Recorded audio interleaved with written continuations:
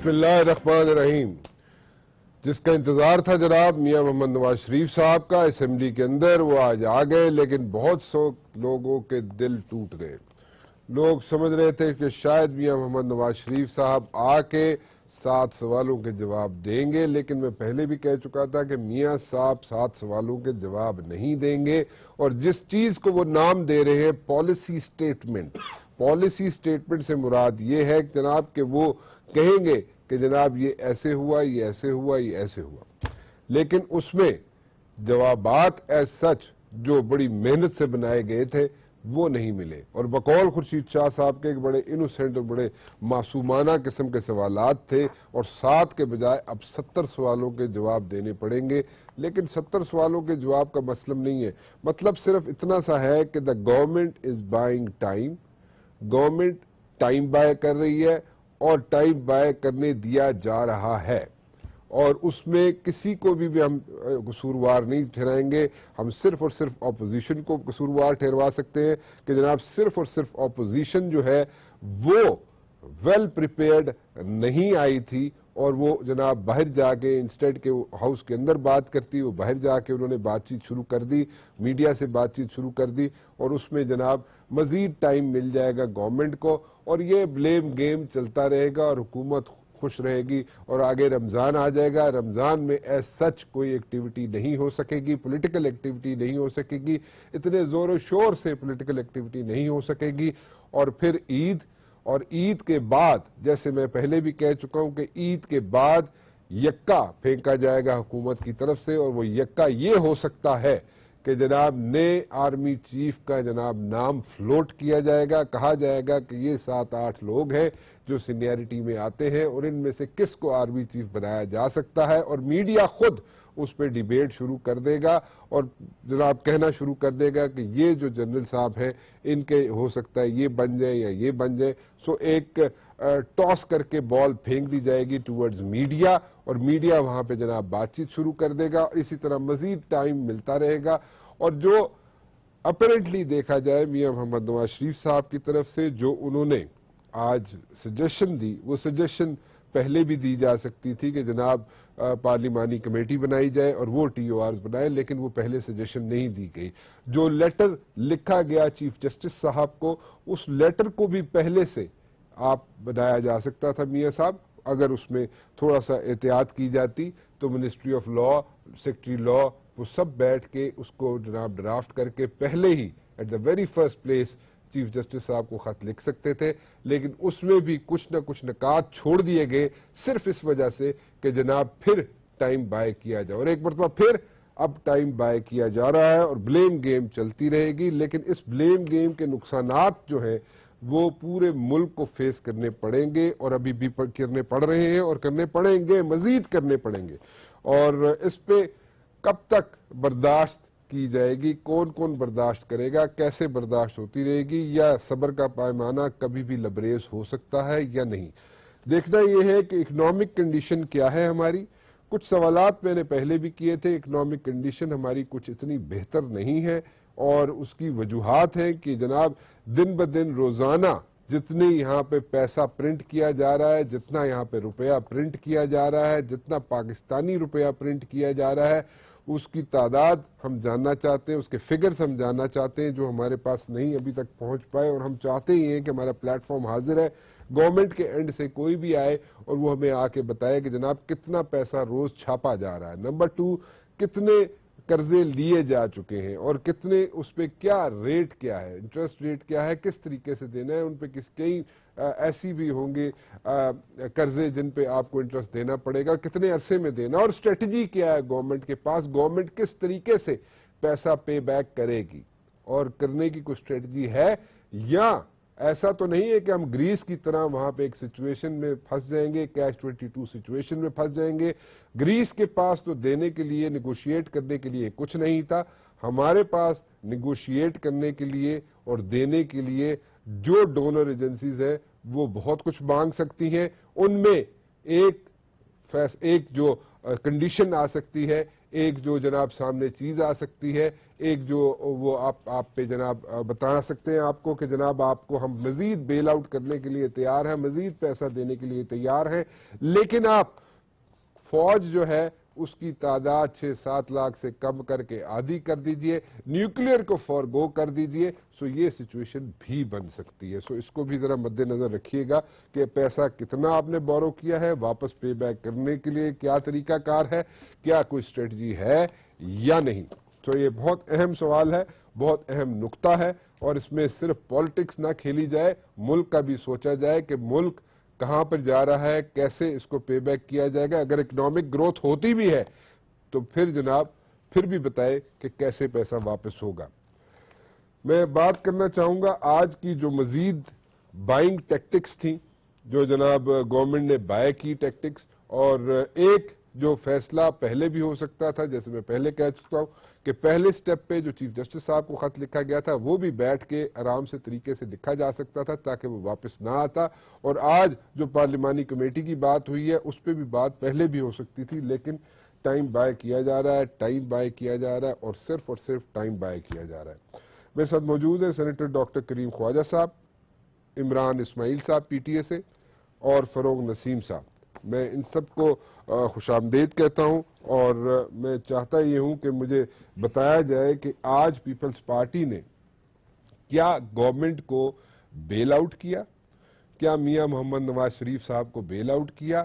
ایک مختصر سی 2 منٹ کی تقریر کر کے خورشید شاہ صاحب نے کیا حکومت کو بیل آؤٹ کیا یا نہیں کیا، اور اگر کیا تو کیا وجوہات ہے. کیا گورنمنٹ سمجھتی ہے کیا پیپلز پارٹی سمجھتی ہے کہ اگر گورنمنٹ کو بیل آؤٹ نہ کیا گیا تو سب کچھ یہاں پہ ملیا میٹ ہو جائے گا، اور یہ ساری جو ایک ٹپیکل سا سینٹینس ہے کہ جمہوریت خطرے میں پڑ جائے گی، وہ وجوہات ہیں، یا خود اپنے آپ کو ریوائیو کر رہی ہے گورنمنٹ، پیپلز پارٹی کو اپنے آپ کو ریوائیو کر رہی ہے اسٹرینتھن کر کے نون لیگ کو، گورنمنٹ کو.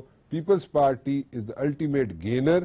اور جناب عمران خان صاحب بیک ڈراپ میں چلے جائیں گے. ڈاکٹر صاحب میرے اس سوال کا کوئی جواب آپ دینا چاہیں گے کیونکہ آپ کا تعلق پیپلز پارٹی سے؟ مبشر صاحب، پہلی بات ہے کہ ہم کسی کو بیل آؤٹ کیوں کریں. پہلے دن سے بلاول صاحب کی اسٹیٹمنٹ میاں محمد نواز شریف کے لیے آیا تھا کہ بھائی جس طرح کی سخت ترین اسٹیٹمنٹ، اعتزاز حسن نے کیا کچھ نہیں کہا. اور جو بھی ابھی جو کنسنسس جوائنٹ اپوزیشن میں ہوا ہے ہمیں پی ٹی آئی اور دوسری ہماری اتحادی پارٹیاں، تو ہر روز میٹنگیں ہوتی ہیں.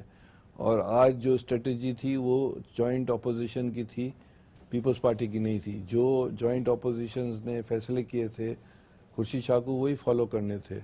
ہم کسی کو بیل آؤٹ نہیں کرنا چاہتے. سمپلی 7 سوال تھے جوائنٹ اپوزیشن کے، سمپل سوالات تھے جو کہ میاں صاحب نے آج جواب نہیں دیے. وہاں بحث کیا کرتے؟ یہ جوائنٹ پارلیمانی کمیٹی کی بات بہت پہلے اعتزاز حسن کر چکے ہیں، دوسری پہ دیگر شاہ محمود اس کا قریشی کر مطلب تو چکے یہ بنا ڈاکٹر صاحب کہ بائی کر رہی ہے. ایک بات تو بالکل مبشر کلیئر صاحب، ہوگی کہ ٹائپ بائی کر رہی ہے. نہیں مبشر، مسئلہ یہ ہے کہ یہ جو گورنمنٹ ہے، یہ گورنمنٹ جو ہے ہٹ ڈرمی کر رہی ہے.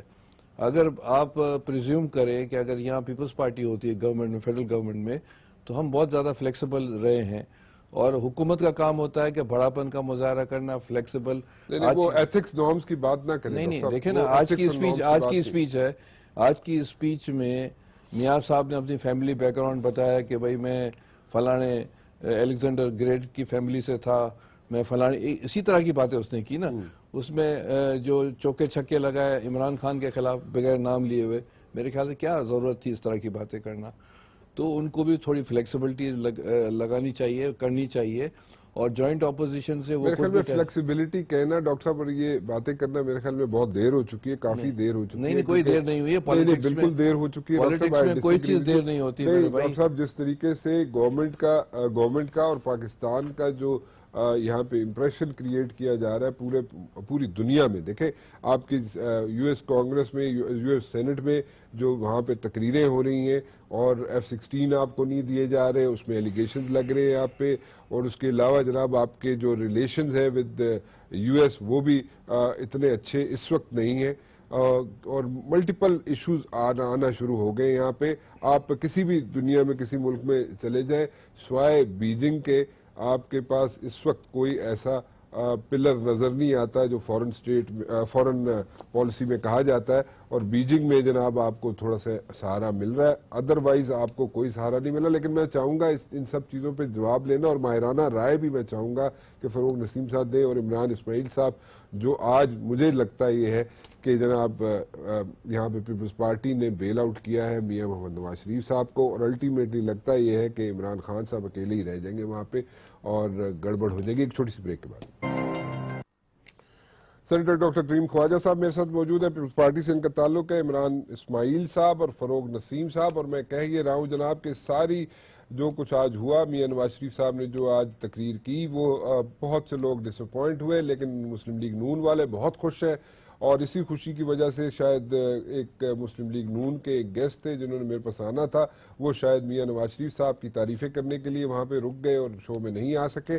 اس کے علاوہ میں یہ کہنا چاہوں گا کہ جناب صرف یہ پاناما لیکس پہ مسئلہ ختم نہیں ہوگا. میں آپ کو ایک بہت بڑی خبر آپ کے ساتھ شیئر کر رہا ہوں, اٹس ایکسکلوسیو خبر, اور آئندہ آنے والے دنوں میں آپ کو یہ بھی خبر آئے گی کہ جناب بھارت میں کس کس پاکستانی پولیٹیشین کے یا تو بزنسز ہیں یا ان کی پراپرٹیز ہیں. وہ خبریں بھی آپ کے سامنے آئیں گی, پھر ایک نیا مسئلہ شروع ہو جائے گا. لیکن اس سے پہلے میں جانا چاہوں گا جناب عمران اسماعیل صاحب سے. عمران اسماعیل صاحب, اس ساری یہ جو کچھ آج ہوا, آج میاں نواز شریف صاحب نے تقریر کی اور پہلے انہوں نے خط لکھ دیا تھا چیف جسٹس صاحب کو, میں نے ان سے ریکویسٹ کی تھی, انہوں نے کہا جی خط لکھ دیا, لیکن پہلے بھی خط اچھے طریقے سے لکھا جا سکتا تھا کہ واپس نہ آتا. پھر جناب آج جو انہوں نے پارلیمانی کمیٹی کی بات کی ہے کہ وہ ٹی او آرز بنائے, یہ بھی پہلے بیٹھ کے بات ہو سکتی تھی اور اس میں بھی ٹائم ضائع نہ کیا جاتا. لیکن لگتا یہ ہے کہ حکومت جو ہے ٹائم ضائع کرنا چاہتی ہے, جتنا ٹائم ضائع کر سکتی ہے کرے, تاکہ آگے رمضان آ جائے, اور رمضان میں تو آپ لوگ بھی کچھ نہیں کر سکیں گے. اور آپ عمران خان صاحب نے تو آج بڑا اپنی طرف سے پورا کلیریفیکیشن دیا کہ جی یہ میرا فلیٹ تھا, میں نے پیسہ سارا پاکستان لے کے آیا تھا. لیکن مائی پوائنٹ از ڈفرینٹ. مجھے لگتا یہ ہے کہ پیپلز پارٹی اور نون لیگ یہ دونوں مل کے آپ لوگوں کے ساتھ ہاتھ نہ کر جائیں, عمران خان صاحب کے ساتھ ہاتھ نہ ہو جائے. اور عمران خان صاحب کے پاس تو اس وقت ورکر چارج بھی نہیں ہے, اور میرے خیال میں جو آپ کے پاس پیسہ آتا ہے, فنڈز آتے ہیں جہاں سے بھی آتے ہیں, وہ بھی آپ لوگ اس وقت اتنی فراوانی سے استعمال نہیں کر سکیں گے جلسے جلوسوں میں یا کسی قسم کے دھرنے کے لیے. ایسا ہی ہے کہ نہیں جی؟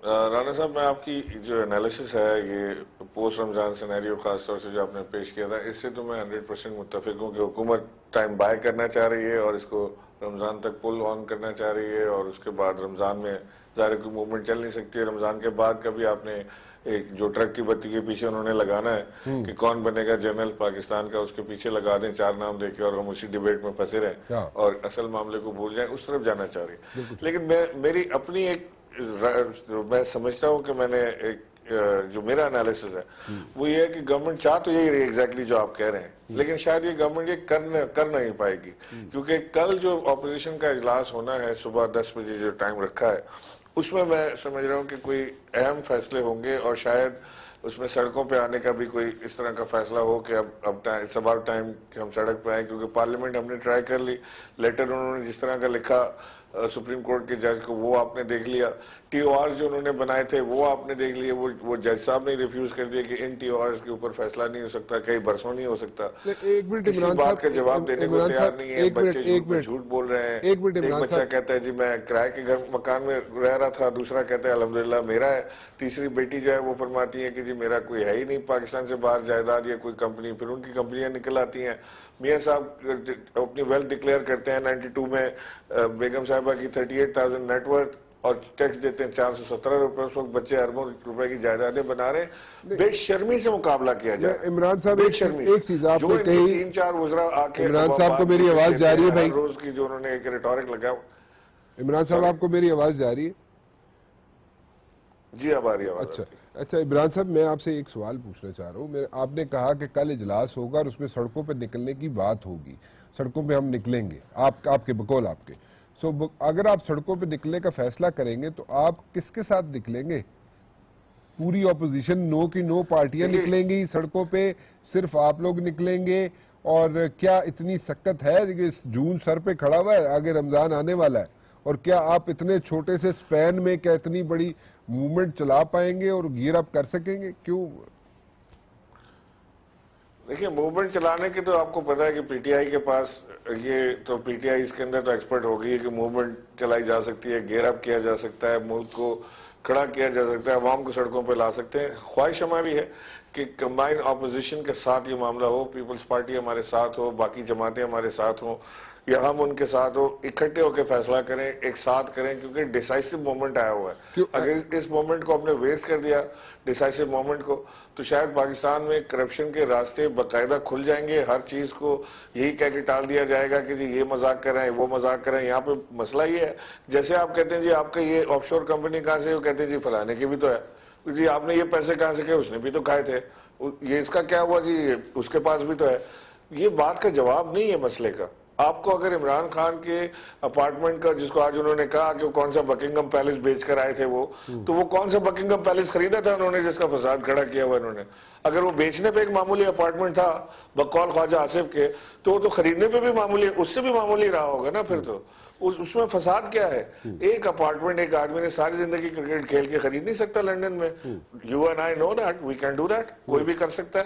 آپ 4 سال 5 سال میں لنڈن میں اپارٹمنٹ خرید سکتے ہیں. ٹھیک کہہ رہے ہیں. میں ذرا ڈاکٹر صاحب سے ایک بات پوچھوں. ڈاکٹر صاحب آپ کے خیال میں, جیسے کہ عمران اسماعیل صاحب کہہ رہے ہیں کہ کل سڑکوں پہ نکلنے کا فیصلہ کیا جا سکتا ہے, آپ لوگ ساتھ نکلیں گے؟ اور اگر نکلیں گے تو کہاں تک جائیں گے آپ لوگ پیپلز پارٹی والے عمران خان کے ساتھ؟ دیکھیں ہماری جو سٹیٹمنٹ, میں نے اپنا خیال ظاہر کیا آپ کو کہ شاید میں کہہ رہا ہوں جی کل اگر آپ نکل آتے ہیں, چلیں پرسوں نکل آئے, یا جو بھی آپ فیصلہ کریں. میرا جو خیال ہے, جو پہلے بات تو شاہ محمود قریشی نے جو کانٹیکٹس کیے اور ہمارے خورشید شاہ نے ان سے کانٹیکٹس کیے, تو اس میں یہ فیصلہ ہوا تھا جوائنٹ اپوزیشن کا کہ کنسنسس سے اور سولر فلائٹ کوئی بھی نہیں کرے گا. تو میں ابھی ہمارے پاس آپشنز ہیں. 3 تاریخ کو پھر دوبارہ جوائنٹ سیشن بجٹ آ رہا ہے, اس میں بھی اسٹک ہم کر سکتے ہیں. تو پہلا جو سٹیپ ہے کہ فلی ہمیں جو ہے پارلیمان کا فلور استعمال کرنا ہے, اور اس کو پارلیمان کا فلور تو آپ نے استعمال ہی نہیں کیا آج. آج تو کوئی نہیں کیا. نہیں دیکھیں, ابھی دیکھیں اگر کل نیشنل اسمبلی ختم ہوتی ہے تو سینٹ ابھی چلے گی کچھ دن, اس کے بعد جو ہے بجٹ آ رہا ہے. تو ابھی جو فلور استعمال کرنے کے مختلف طریقہ کار ہیں, اور جب کنسنسس ہوگا 9 پارٹیز میں یا 8 پارٹیز میں مل کر, تو اس طرح موو ہوگا. میرا یہ خیال ہے کہ یہ فیصلہ قبل از وقت ہے. عمران اسماعیل کے لیے مجھے بہت زیادہ رسپیکٹ ہے. اس وقت وہ ہمارے اتحادی بھی ہیں, ہم اس کے اتحادی ہیں, اور دونوں برابر کھڑے ہیں, سب پارٹیز برابر کھڑی ہیں.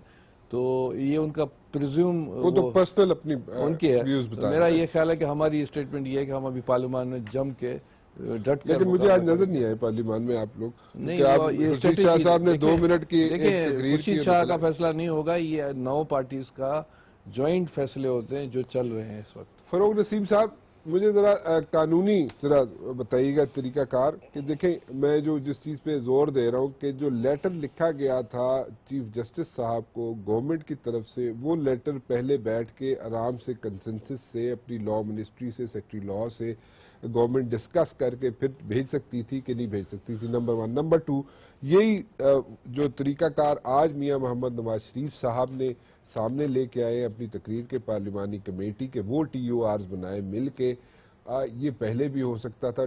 Don't you think the government is buying Times? اور یہ ذرا قانونی صورتحال بتا دیجیے گا جی اس پہ. جی دیکھیے, یہ سب ہو تو سکتا تھا سارا, لیکن ہوا نہیں. تو اس کا مطلب یہ ہے کہ اب اثر نو ایکسرسائز ہوگی. لیکن ہم لوگ نے یعنی پاکستان بار کونسل میں ایک ریزولوشن پاس کیا ہے, اور یہ کہا ہے کہ اس میں سو موٹو بھی چیف جسٹس صاحب اور سپریم کورٹ آرٹیکل 184(3) میں کوگنیزنس لے سکتے ہیں.